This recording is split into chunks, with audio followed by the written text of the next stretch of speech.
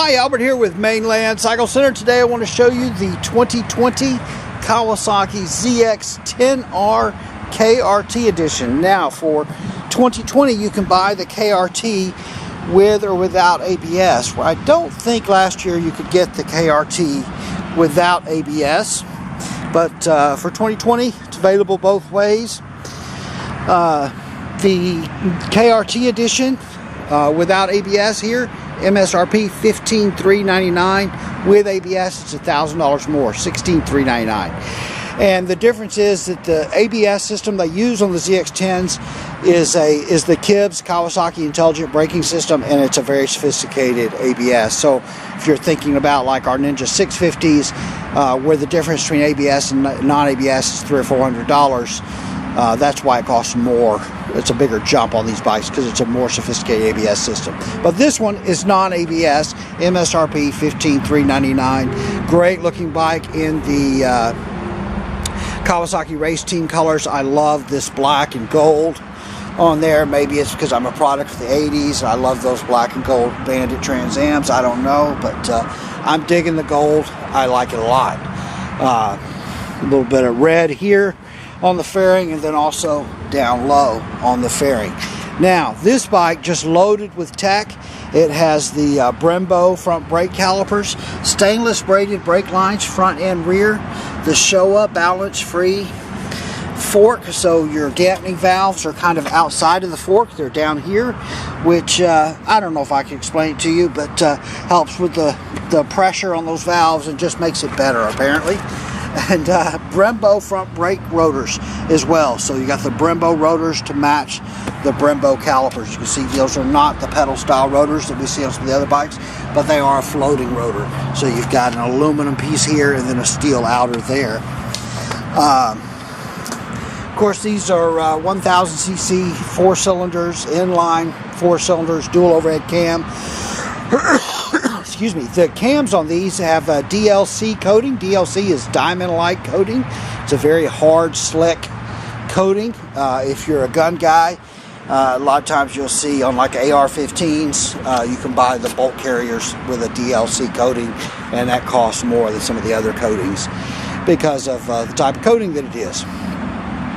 Ram Air got, of course, the dual headlights. It's got a little accent light right here, kind of cool. The exhaust on this bike is just beautiful. It's a titanium alloy exhaust, and it is modeled after, as far as the bend and everything, after the Kawasaki Race Team exhaust. So, boy, hard to imagine taking the header off of this bike for something else, to put on stainless, to remove a titanium alloy exhaust, to put on like a stainless or something else. But it's a beautiful, beautiful exhaust system on this bike. Absolutely gorgeous. I don't know if you can see those welds and stuff in there. Very well made.